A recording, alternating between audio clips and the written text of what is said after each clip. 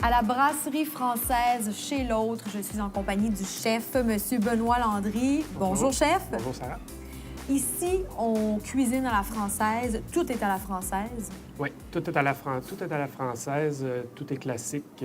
C'est toutes les bases qui reviennent chez nous. Une cuisine riche, une cuisine des grillades, des tartares, du boudin, du foie, tout ce qui est perdu presque maintenant, parce que les bases de la cuisine française, oui, c'est les bases des cours de cuisine, Oui. mais les restaurants se penchent vers d'autres choses, vers la modernité. Et ici, on a voulu retrouver là, quelque chose de chaleureux qui ressemblait beaucoup à ce qui se faisait là, justement en France, puis à l'époque où les brasseries étaient très populaires. Vraiment les classiques. Oui. Vous avez dit quelque chose d'intéressant. Vous avez dit en cours de cuisine, on travaille ces plats-là, on travaille les classiques. Ensuite, on s'en va vers la modernité. Mais vous, ça veut dire que ce sont des plats que vous avez appris. Ça fait partie de votre éducation en tant que chef. En fait, oui, parce que dans les cours de cuisine, au début, toute base de cuisine vient de la cuisine française, donc les sauces, les potages. Aujourd'hui, c'est sûr qu'avec le temps, ça a été retravaillé, mais toutes les recettes connues ont comme base la cuisine française. C'est sûr que renouer avec la cuisine française, ici, moi, c'est un retour aux sources avec mon apprentissage de base. Et puis, on essaye de mettre ça un petit peu au bout du jour aussi, mais on reste dans le classique. Comment est-ce qu'on la décrit, la cuisine française? Quelqu'un qui nous demanderait c'est quoi? Ça ressemble à quoi, la cuisine française? La cuisine française, je décrirais ça, moi, comme une cuisine qui est très riche. En fait, les Français, c'était beaucoup au beurre, les sauces montées au beurre. Alors ça, c'est pas une légende, là. C'est vrai, c'est riche, on s'assume. C'est riche, on s'assume. Puis quand on vient chez nous, à la brasserie Chez l'Autre, les gens qui sont au régime peuvent s'accorder une petite pause ici. C'est comme une gâterie parce que c'est sûr qu'on ne fait pas d'exception. On reste dans la cuisine riche avec des belles sauces corsées, bien montées. Et puis, c'est ça, les origines de la cuisine, des plats en sauce, justement, les bœufs bourguignons, les sautés de veau meringues. On retourne là-dedans. On sait que les gens s'ennuient un peu de ça. Fait qu'on on voulu ramener ça ici dans le carré du Haut-Vite. Quelle est votre histoire, vous, en tant que chef? Mon histoire en tant que chef, eh bien, moi, en 1993, je suis sorti de l'école de cuisine. Et puis, à ce moment-là, j'avais à choisir un endroit pour un stage. Et puis, le Capitole venait d'ouvrir une année plus tôt. Alors, moi, je voulais venir faire mon stage ici, ça m'intéressait. Puis, mes professeurs n'étaient pas très d'accord avec ça en me disant que c'était une grosse entreprise qui commençait, on n'aurait pas le temps de s'occuper d'un stagiaire. Puis moi, j'ai un peu tête de cochon, fait que j'ai suivi mon instinct et je suis venu quand même. Vous êtes sorti justement du facile. Vous êtes sorti d'une zone de confort en plongeant dans l'action. J'ai fait ce que j'avais envie. Oui.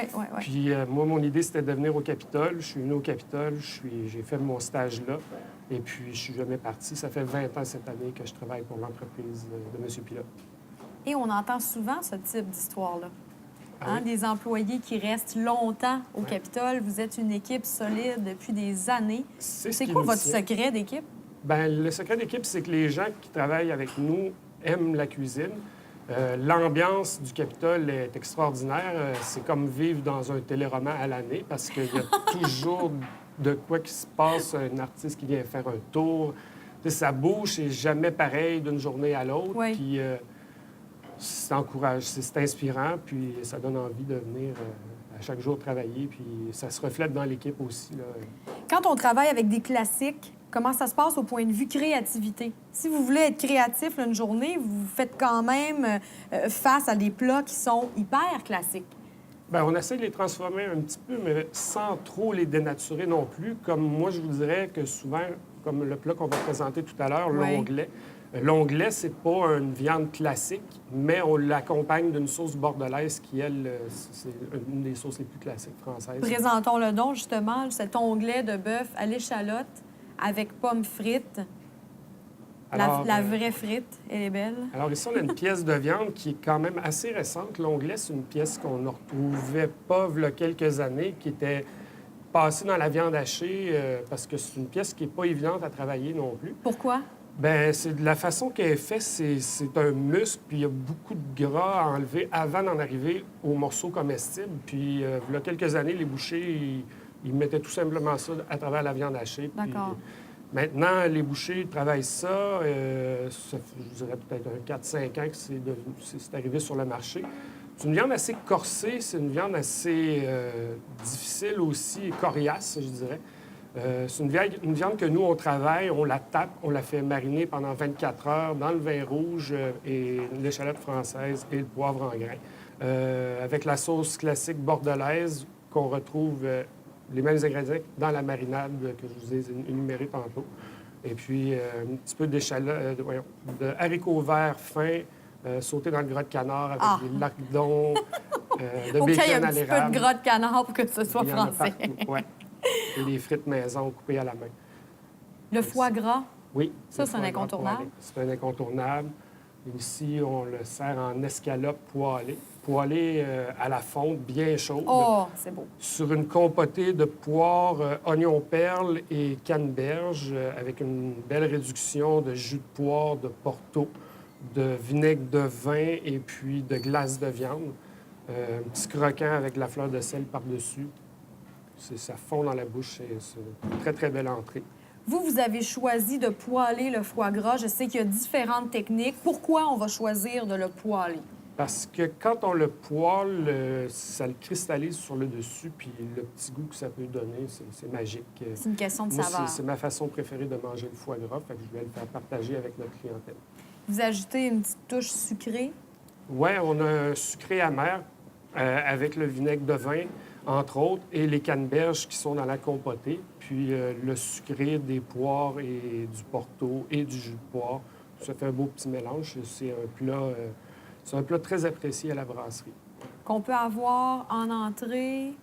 Oui, il est vendu principalement en entrée, mais comme vous pouvez voir, c'est quand même une belle grosse portion. Fait que, Même à l'apéro, Ouais. si on vient juste prendre un verre de vin, pourquoi pas? ouais, pour C'est les gens tellement au beau. régime, c'est parfait. Oui, tout Ouais, à fait, ouais. tout à fait. Je suis convaincue. Alors, on poursuit avec vos petits plats, Oui. vos petits plats santé-régime, toujours les classiques de la cuisine française. Alors, Alors- qu'est-ce qu'on a devant nous? On a la côtelette d'agneau grillée qui est accompagnée avec des pommes de terre salardaises. C'est une pomme de terre qui est poêlée, encore une fois, dans le gras de canard avec des oignons et de l'ail bien persillé et un asperge confite à l'huile d'olive et à la fleur de sel. Un plat qui est réputé chez vous. Oui, c'est un plat c'est quand même une belle pièce de viande, la côtelette. Et puis, les gens qui viennent ici, qui veulent manger une viande particulière, ben, c'est l'idéal. Le secret avec l'agneau, c'est quoi? Le secret avec l'agneau, ben moi, je pense que c'est la cuisson. C'est la cuisson saignante parce que c'est là qu'on goûte toute la saveur de l'agneau. Plus c'est cuit, c'est comme un peu n'importe quelle viande. Plus c'est cuit, ça perd de sa saveur. Puis, moi, je le conseille vraiment saignante, médium saignante, si les gens aiment la viande. Et maintenant, un dernier plat à découvrir. Dernier plat que je vous présente aujourd'hui, c'est le poulet de Cornouailles de la ferme Voltigeur à Drummondville. C'est un demi-poulet rôti servi sur une belle jardinière de légumes colorés qui comporte des pommes de terre rouges, des oignons rouges, des haricots, des carottes, des poivrons. Le tout, encore une fois, avec une bonne dose de gras de canard, sel, poivre. Tellement réconfortant. Ouais, et un petit jus de poulet aux herbes pour napper le tout.